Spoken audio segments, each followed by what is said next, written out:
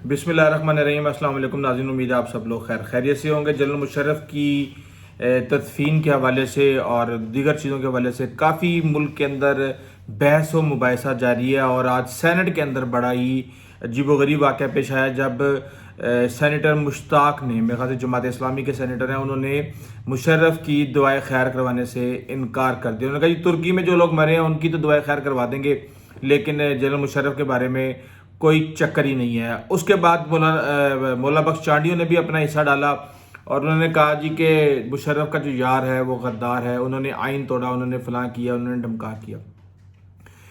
देखिए, जनरल मुशर्रफ ने आइन तोड़ा, आइन तोड़ने वालों के लिए कोई हमदर्दी नहीं होनी चाहिए, लेकिन आपको दूसरा रुख भी देखना चाहिए। इस मुल्क के अंदर जितने भी हमारे सियासी लीडर हैं, जितने भी हमारे रहनुमा हैं, सारे के सारे आमरीत की पैदावार हैं। चाहे आप अयूब खान जो जिसके डैडी थे उनसे आप शुरू करें, और उसके बाद ज़ियाउल हक जो कि जमहूरी बाप थे एक तरह से नवाज शरीफ के, और फिर जनरल बाजवा जिन्होंने इमरान खान को इस कौम के सर पे सवार किया। जितने भी लोग हैं आप देख लें, ये कभी भी आमिरों की या फौजी जर्नलों की मदद के बगैर कभी भी इक़्तिदार में नहीं आए। फिर आप अगर सिर्फ जनरल मुशर्रफ की देख लें, देखिए जनरल मुशर्रफ के ने जो किया जैसे किया, ये एक बहुत लंबी बहस है, क्योंकि जनरल मुशर्रफ ने ये कहा था कि जब मुल्क टूट रहा हो तो उस वक़्त आइन जो है वो उस मुल्क के लिए होता है, उस मुल्क के दिफा के लिए होता है, और वो एक रद्दी की टोकरी या एक कागज़ के टुकड़े से ज़्यादा उसकी अहमियत नहीं होती। ये एक लंबी बहस है, इसमें बहुत कुछ किया जा सकता है। लेकिन अगर हम ये देखें कि वो शख्स उसने परफॉर्म कैसा किया, 10 साल तक डॉलर 57 रुपये से 60 रुपये पे टिका रहा, IMF को फारिग कर दिया गया, 10 साल वो शख्स रहा और उसके ऊपर एक भी करप्शन का इल्ज़ाम नहीं लगा। 10 साल ना उसके बेटे को किसी ने देखा, ना उसकी बेटी को किसी ने देखा, ना उसकी बीवी ने कहीं पे जलसे किए, ना कोई बीवी उसकी मेहमान खसूसी बनी।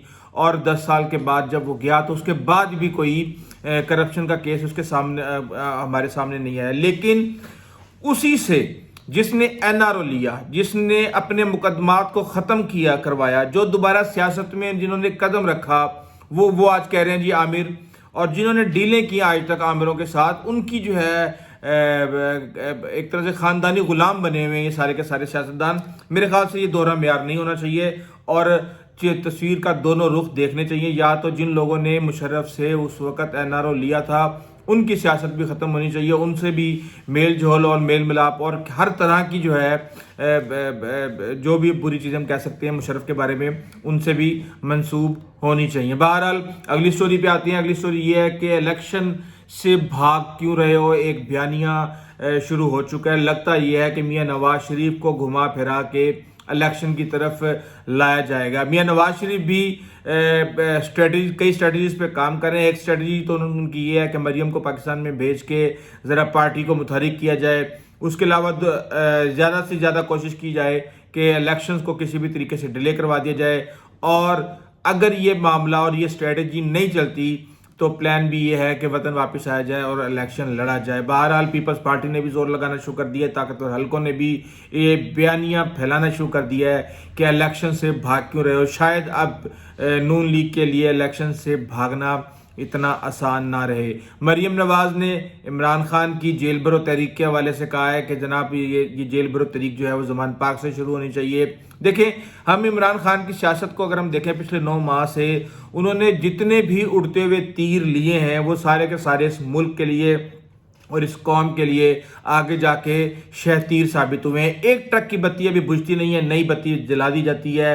और कभी वो कहते हैं जी मैं इनको रुलाऊंगा, और अल्लाह का शुक्र है कि इन्होंने तहरीक-ए-इत्तेहाद ले आए। उसके बाद जब तहरीक-ए-इत्तेहाद आ गई तो उन्होंने कहा कि जनाब ये तो अमेरिका की साजिश है। जब तहरीक-ए-इत्तेहाद कामयाब हो गई तो इन्होंने कहा ये तो इम्पोर्टेड हुकूमत है। फिर वहीं से ऑडियो वीडियोज़ लीक होती हैं और इमरान खान का पता चलता है कि किस तरीके से वो 5-5 खरीद रहे हैं, किस तरीके से मीर जाफ़र और मीर सादिक के टाइटल बांट रहे हैं। फिर लॉन्ग मार्च का एक मामला शुरू किया गया, लॉन्ग मार्च रास्ते में रुक गई। उसके बाद फिर एक नया असम्बलियाँ तोड़ने का मामला शुरू हुआ, असम्बलियाँ भी टूट गई। तो अब जेल भरो तहरीक की कहानी शुरू हो गई। अब देखते हैं कि जेल भरो तहरीक जो है ये किस करवट लेती है। लेकिन बहरहाल पाकिस्तान के अंदर जो सियासी अदम इस्तेहकाम है वो पाकिस्तान को किसी न किसी ایک گہری کھائی میں دھکیل رہا ہے. معیشت ہماری ڈوب چکی ہے اور یہاں پہ بس یہی ہو رہا ہے. ایک طرف سے کہہ رہے ہیں جی جیل کی صفائیاں شروع ہو گئی ہیں جی اور سب کچھ ٹھیک ہو گیا جی, آپ آ جائیں جی, زمان پاک سے یہ کام شروع ہونا چاہیے. اور دوسری طرف وہ کہتے ہیں جی ہم جیل بھرو تحریک کریں گے اور فلاں کریں گے, ڈھمکا کریں گے. مریم نے آج ایک بڑی عجیب سی بات کی, انہوں نے کہا جی ابھی تو ان کے اوپر جائز کیسز بنے ہی نہیں ہیں, اور جائز کیسز ان کے اوپر بنیں گے تو پھر جو ہے نا ابھی تو ان کے اوپر شراب جیسے مقدمات جو ہے نا کر کے اور غداری کے ٹائٹل لگا لگا کے ان کی گرفتاریاں کی جا رہی ہیں. یہ مریم نے کہا, یہ میں کہہ رہا ہوں آخری فقرہ. لیکن بات یہ کہ ایسا کیوں کیا جا رہا ہے؟ دراصل یہ ہے کہ یہ سسٹم کو اپنے گھر کی لونڈی بنا کے رکھنا چاہتے ہیں. اگر جائز کیس ہوں گے تو ان جائز کیس میں جب دل چاہا ان کو چھوڑنے کی اجازت نہیں ہوگی. اب اس لیے اس طرح کے کیسز بنا کے سسٹم کو یرغمال بنا کے گرفتاریاں کی جا رہی ہیں کہ ان کو تھوڑی سی لگام ڈالی جائے, ان کی زبان بندی کی جائے اور ان کو تھوڑی سی ان کی اوقات دکھائی جائے. اس حوالے سے کافی لوگ یہ کہہ رہے ہیں کہ جو ظلم ان کے ساتھ ہو رہا ہے, یعنی کہ شہباز گل کے ساتھ جو ظلم ہوا, جو فواد چودھری کے ساتھ ہوا, جو شیخ رشید کے ساتھ ہوا, جو اعظم سواتی کے ساتھ ہوا, وہ آج تک جو دوسرے اپنے دن گنوا رہے ہیں. کوئی کہہ رہا ہے کہ 764 دن وہ اندر رہا, 164 دن مریم اندر رہی, فلاں دن وہ اندر رہا, شہباز شریف اتنے دن اندر رہا, حمزہ اتنے دن اندر رہا. تو وہ یہ کہہ رہے ہیں کہ یہ ان کے ساتھ وہ سلوک نہیں کیا گیا جو ان کے ساتھ کیا گیا. لیکن میں یہ سمجھتا ہوں کہ جیل تو جیل ہی ہوتی ہے, اور صرف تنہائی کے اندر آپ کسی کمرے کے اندر کسی کو بند کر دیں, اس سے بڑی بھی اذیت کوئی نہیں ہوتی. لیکن آپ یہ دیکھیں کہ بھئی آپ 2 دن ہو گئے, 2 دن ہوئے ہیں, صرف 3 دن, اور آپ کی چیخیں نکلنا شروع ہو گئے ہیں. 2 دن آپ کے بچے نہیں ملے تو آپ نے آ کے رونا شروع کر دیا ہے. 2 دن آپ کے ساتھ تھوڑی سی بھی بد لگامی اور بد زبانی ہوئی ہے تو آپ کی آنکھیں باہر ہو گئی ہیں. کیا نیلسن منڈیلا اس طرح بنا جاتا ہے؟ کیا اس طریقے سے 2 دن کے اندر آپ اپنے آنسو بہا کے معصوم اور جو ہے آپ سمپتھی آپ اپنے ساتھ کرنے کے بعد آپ لیڈر بن سکتے ہیں؟ میں تو سمجھتا ہوں کہ جتنے بھی لوگ جن کے یہ آنسو نکل رہے ہیں, یہ لوگ 70 سال سے اس قوم کے آنسو نکلوا رہے ہیں, اور 2 دن کی مصیبتیں ان سے برداشت نہیں ہوتی.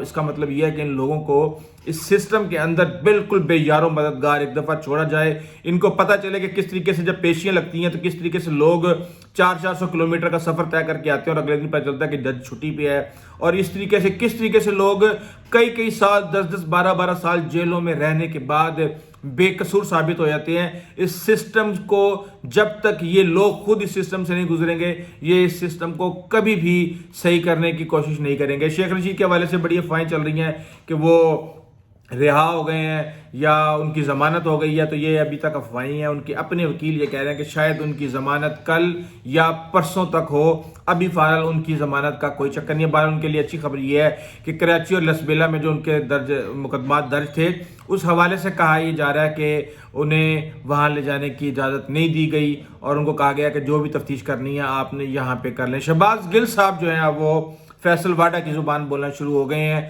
اور وہ یہ کہہ رہے ہیں کہ جناب میں ان سانپوں کو بے نقاب کروں گا. ان آستین کے جو سانپ ہیں وہ پتہ نہیں اب کس کی بات کر رہے ہیں. بال رو وہ یہ رہے ہیں کہ جناب میں تو اکیلا کھڑا ہوتا ہوں, اور عمران خان نے پرسوں میرا نام بھی لیا, اللہ کا شکر ہے میری بڑی عزت دوبارہ ہو گئی ہے. یہ دیکھیں یہ چھوٹے لوگ ہیں جو کسی کا نام لینے کے پہ اپنی عزت کو سمجھتے ہیں کہ پتہ نہیں کتنی ان کو معاشرے کے اندر عزت مل گئی ہے, جبکہ عزت جو ہوتی ہے وہ اچھے کاموں سے ہوتی ہے. تو بہرحال وہ رو رہے ہیں, دھو رہے ہیں, شکوے کر رہے ہیں, شکایتیں کر رہے ہیں, عدالتوں کے اندر پیشیوں کے اوپر کہہ رہے ہیں کہ جی میرے ساتھ کوئی بھی نہیں کھڑا ہوا اور یہ بڑا ظلم ہے, آنے والے دنوں میں بے نقاب کروں گا. پتہ نہیں کس کو بے نقاب کریں گے, ان سانپوں کو جو کہ عمران خان نے اپنی جیب میں رکھے ہوئے ہیں. تو پھر شکوہ عمران خان سے ہونا چاہیے یا ان سانپوں سے ہونا چاہیے. بہرحال IMF جو ہے وہ کسی صورت جو ہے وہ پاکستان کے چکر میں آنے کے لیے تیار نہیں ہے. وہ یہ کہہ رہے ہیں کہ تم نے پہلے بڑے لالی پاپ دے دیے پاکستان کو, اب ایسا نہیں چلے گا. جو ہم نے کہا ہے وہ کریں. جو بجلی کا شارٹ فال ہے, جو 400 450 800 ارب روپے کا جو خسارہ چل رہا ہے, اس کو صحیح کریں. سبسڈی 1 روپے کی چھوڑنے کے لیے وہ تیار نہیں ہے. اور اس طریقے سے کافی ساری ایسی چیزیں ہیں جو کہ وہ کہہ رہے ہیں کہ آپ کریں. اسی وجہ سے شہباز شریف کو یہ بات کہنی پڑ گئی کہ جناب معاملات خراب ہیں اور معیشت کے لیے بہت ہی مشکل ثابت ہو رہے ہیں. اس حوالے سے بہرحال جو بھی لیٹسٹ اپڈیٹ ہوگی انشاءاللہ ہم آپ کے سامنے پیش کرتے رہیں گے. آئندہ تک اجازت دیجیے. اللہ حافظ.